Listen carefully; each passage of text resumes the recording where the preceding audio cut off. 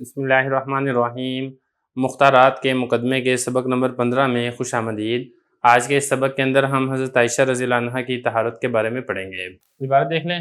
وَتَتَقَدَّمُ فِي الْحِكَایَةِ وَتُذْكَرُ كَيْفَ يَسْأَلُهَا رسول اللہ صلی اللہ علیہ وسلم عما قیل عنها وَيَعْزِمُ عَلَيْهَا الصِّدْقَ فَلَا تَلْبَثُ أَن تَعْتَرِيهَا حَمِيَّةُ الْمَرْأَةِ الْعَفِيفَةِ الْفَاضِلَةِ وَيَقْلِصُ دَمْعُهَا حَتَّى لَا تَحُسَّ مِنْهَا بِقَطْرَةٍ وَتَرْجُو أَبَاهَا وَأُمَّهَا أَن يُجِيبَ عَنْهَا رسول اللہ صلی اللہ علیہ وسلم فَيَمْتَنِعَانِ وَيُفَضِّلَانِ السُّكُوتَ حَيَاءً مِّن رسول اللہ صلی اللہ علیہ وسلم وَاسْتِحْيَاءً مِّنَ الدِّفَاعِ عَن قَضِيَّةِ بِنْتِهِمَا وهو الدفاع عن النفس فتنبري للكلام القوي الصريح المبين وهي البلاغة الأدبية وتتمثل بقول سيدنا يعقوب وتفوض أمرها إلى الله وتنزل براءتها من السماء فتطلب منها أمها أن تشكر رسول الله صلى الله عليه وسلم وتقوم إليه فتأبى في دلال العفائف وأنفة المؤمن أن تحمد إلا الله الذي أنزل براءتها من فوق 7 سماوات وخلد طہارتها الى آخر یوم یقرأ فیہ القرآن ویؤمن بہ۔ ترجمہ دیکھ لیں۔ اور حضرت عائشہ رضی اللہ عنہا حکایت میں آگے بڑھتی ہیں اور ذکر کرتی ہیں کیسے ان سے رسول اللہ صلی اللہ علیہ وسلم نے سوال کیا ان باتوں کے بارے میں جو ان کے بارے میں کہی گئی، حالانکہ رسول اللہ صلی اللہ علیہ وسلم ان کے بارے میں سچائی کا یقین رکھتے تھے، لہذا حضرت عائشہ رضی اللہ عنہا ٹھہرتی نہیں ہیں کہ ان کو لاحق ہو جاتی ہے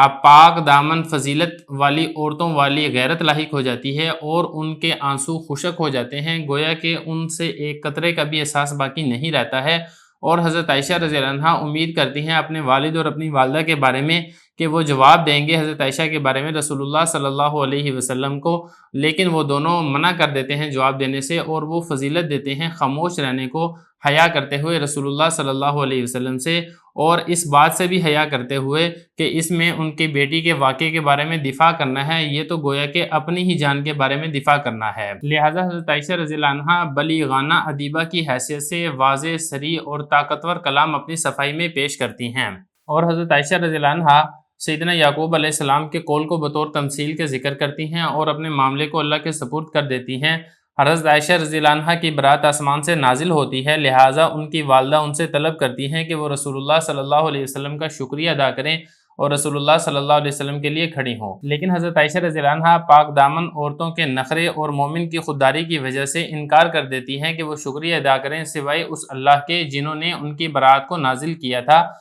7 آسمانوں کے اوپر سے اور ان کی طہارت کو ہمیشہ کے لیے برقرار رکھ دیا آخر اس دن تک جس دن تک قرآن مجید کی تلاوت کی جائے گی اور اس پر ایمان لایا جائے گا۔ عبارت اور ترجمہ ہو چکا ہے، اب چلتے ہیں اس کی لغوی صرفی تحقیق کی طرف۔ پہلا لفظ دیکھیں تتقدم، تقدم یا تقدم تقدماً باب اس کا تفاعل ہے اور اسی سے یہ مضارع کا صیغہ ہے تتقدم تتفاعل کے وزن پر، اور اس کا مطلب ہوتا ہے مقدم ہونا۔ ذکر یذکر ذکرًا اس کا مطلب ہوتا ہے ذکر کرنا، تذکرہ کرنا، اور واحد مؤنث غائب فعل مضارع معلوم کا یہ صیغہ ہے۔ اگلا لفظ دیکھیں عزم یا عزم، کسی چیز کے بارے میں کوشش کرنا، یقین ہونا، تو یہاں پر یہ یقین کے معنی کے اندر استعمال ہو رہا ہے، یعنی نبی کریم صلی اللہ علیہ وسلم کو یقین تھا کہ حضرت عائشہ سچی ہیں۔ لبث یلبث اس کا مطلب ہوتا ہے ٹھہرنا، لا تلبس اس کا مطلب ہے کہ وہ نہیں ٹھہری، مطلب یہ کہ یہ والا کام فوراً ہو گیا۔ تعتریہا یہ اعتراء باب افتعال سے ہے، واحد مؤنث غائب فعل مضارع معلوم کا صیغہ ہے اور اس کا معنی ہوتا ہے پیش آنا، لاحق ہونا۔ حمیت کہتے ہیں غیرت کو، اور عفیفہ پاک دامن عورت کو کہا جاتا ہے، اس کی جمع آتی ہے عفائف، فاضلہ فضیلت والی عورت کو کہا جاتا ہے۔ اگلا لفظ دیکھیں یقلس، قلس یقلس قلوس اس کا مطلب ہوتا ہے سکڑنا، سمٹنا، اور ان کے جو آنسو تھے وہ سکڑ گئے، مطلب یہ کہ آنسو خشک ہو گئے۔ اس کے بعد اگلا لفظ دیکھیں لا تحس منہا، یہ باب اس کا آتا ہے افعال، احساس اس کا مصدر ہے، اسی سے یہ مضارع مجہول کا صیغہ ہے واحد مؤنث کا، یعنی احساس نہیں کیا جاتا تھا ان سے ایک قطرے کا بھی۔ اگلا لفظ دیکھیں رجا یرجو اس کا مطلب ہوتا ہے امید ہونا، یہ بھی مضارع معلوم اور مؤنث کا صیغہ ہے۔ اجاب یجیب اجابتاً اس کا مطلب ہوتا ہے جواب دینا، اور اسی سے یہ تثنیہ مذکر غائب فعل مضارع معلوم کا صیغہ ہے۔ امتناع یمتنع امتناع اس کا مطلب ہوتا ہے منع کرنا، تو یہاں پر بھی اسی معنی کے اندر استعمال ہو رہا ہے۔ فضل یفضل تفضیل کسی چیز کو فضیلت دینا، مطلب یہ کہ حضرت عائشہ کے والدین نے خاموش رہنے کو فضیلت دی بولنے پر۔ استحیاء باب اس کا استفعال ہے اور اس کا مطلب ہوتا ہے حیا کو طلب کرنا، اور حیا کے معنی میں ہی یہ لفظ استعمال ہوتا ہے۔ قضیہ واقعے کو کہا جاتا ہے، مطلب یہ کہ ان کی بیٹی کے واقعے کے بارے میں۔ اس کے بعد اگلا لفظ دیکھیں فتنبری، باب اس کا انفعال آتا ہے اور اسی سے واحد مونث غائب فعل مضارع معلوم کا صیغہ ہے، اس کا مطلب ہوتا ہے اٹھانا، بلند کرنا۔ اس کے بعد جب اس کا صلہ کلام یا اسی طریقے سے بات چیت سے متعلقہ کوئی بات لفظ آ جائے تو پھر اس کا مطلب ہوتا ہے آواز کو بلند کرنا یا کلام کو پیش کرنا۔ تمثل یا تمثل تمثل، باب اس کا تفاعل ہے، اسی سے واحد مونث غائب فعل مضارع معلوم کا صیغہ ہے، کسی چیز کو بطور مثال کے پیش کرنا۔ فوض یفوض تفویض، کسی چیز کو سپرد کرنا۔ نزل ینزل پہلے گزر چکا ہے، اس کا مطلب ہوتا ہے اترنا۔ طلب یطلب، اس کا مطلب ہوتا ہے طلب کرنا۔ قام یقوم، کھڑا ہونا۔ ابا یا ابا، انکار کرنا۔ عفائف، یہ پہلے گزر چکا ہے، ہم نے یہاں پہ پڑھا تھا عفیفہ، یہ جو لفظ یہاں پہ عفیفہ آیا تھا اسی کی جمع یہ عفائف ہے، پاک دامن عورت کو کہا جاتا ہے۔ انفت المومن، انفا کہتے ہیں غیرت کو، حمیت کو۔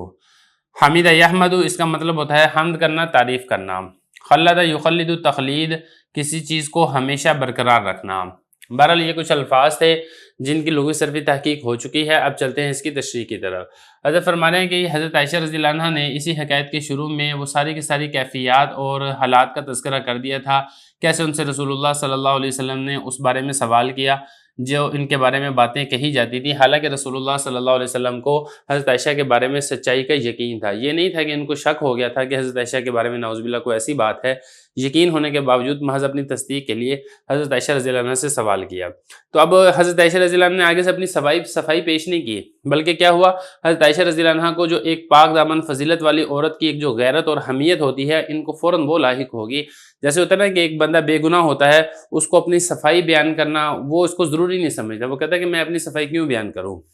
تو لہذا ان کے جو آنسو تھے وہ فوراً خشک ہو گئے، ایسے خشک ہو گئے آنسو کہ ان میں سے ایک قطرہ بھی محسوس نہیں کیا جاتا تھا۔ ان کی امید یہ تھی کہ میں خود اپنی صفائی پیش نہ کروں بلکہ میرے بارے میں جو میرے والدین ہیں وہ رسول اللہ صلی اللہ علیہ وسلم کو جواب دیں اور رسول اللہ صلی اللہ علیہ وسلم کو میری جانب سے صفائی پیش کریں۔ لیکن ہوا یہ کہ جو ان کے والدین تھے حضرت عائشہ رضی اللہ عنہ کے، حضرت بکر صدیق رضی اللہ عنہ اور ان کی جو زوجہ تھی، انہوں نے انکار کر دیا، مطلب انہوں نے اپنی بیٹی کی صفائی پیش نہیں کی بلکہ انہوں نے خاموش رہنے کو فضیلت دی ہے۔ انہوں نے ترجیح دی ہے کہ ہم بجائے اس کے کہ اپنی بیٹی کی صفائی پیش کریں رسول اللہ صلی اللہ علیہ وسلم کے سامنے، ہم خاموش رہتے ہیں۔ اب یہاں پہ سوال یہ پیدا ہوتا ہے کہ حضرت عائشہ کے والدین نے خاموشی کو ترجیح کیوں دی، تو اس کی دو وجہ یہاں پر ذکر کی ہیں۔ ایک وجہ تو یہ ذکر کی ہے کہ ان کو رسول اللہ صلی اللہ علیہ وسلم سے حیا آ رہی تھی، کیونکہ حضرت عائشہ رضی اللہ عنہ کا جو تعلق تھا وہ حضور صلی اللہ علیہ وسلم سے زیادہ تھا، ان کی زوجہ تھیں، تو لہذا ان کی صفائی پیش کرنا خود حضور صلی اللہ علیہ وسلم کے سامنے ہی، تو انہوں نے اس چیز سے حیا محسوس کی، لہذا انہوں نے صفائی پیش نہیں کی۔ اور دوسری وجہ ایک اور ہے، وہ یہ ہے کہ دیکھیں جو صفائی پیش کی جانی تھی وہ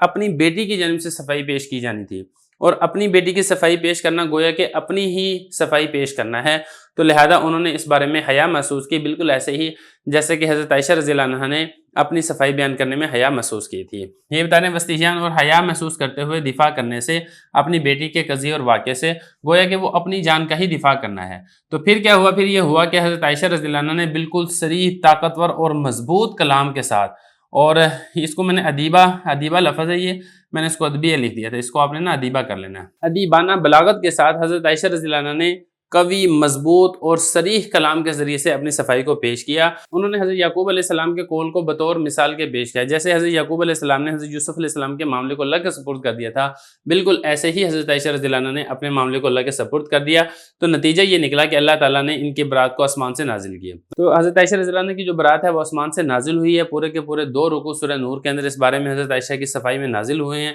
تو حضرت عائشہ کی جو والدہ تھی انہوں نے پھر ان سے طلب کیا کہ آپ کھڑی ہوں اور رسول اللہ صلی اللہ علیہ وسلم کا شکریہ ادا کریں، لیکن حضرت عائشہ رضی اللہ عنہ نے انکار کر دیا۔ ان کو ایک ایمان والوں کی جو غیرت اور حمیت ہے وہ لاحق ہوگی، تو انہوں نے یہ کہا کہ میں اللہ تعالیٰ کا پہلے شکریہ ادا کروں گی جنہوں نے میری صفائی میں قرآن مجید کی آیات نازل کی ہیں۔ تو یہ کہا انہوں نے اللہ تعالیٰ کی تعریف کی، میں تعریف نہیں کروں گی سوائے اللہ کی جس نے برات کو، یعنی میرے اس گناہ سے بری ہونے کو نازل کیا ہے 7 آسمانوں سے اوپر سے، اور ان کی پاکیزگی کو باقی رکھ دیا ہے آخر اس دن تک جس میں قرآن مجید کی قرات کی جائے گی اور قرآن مجید پر ایمان لایا جائے گا۔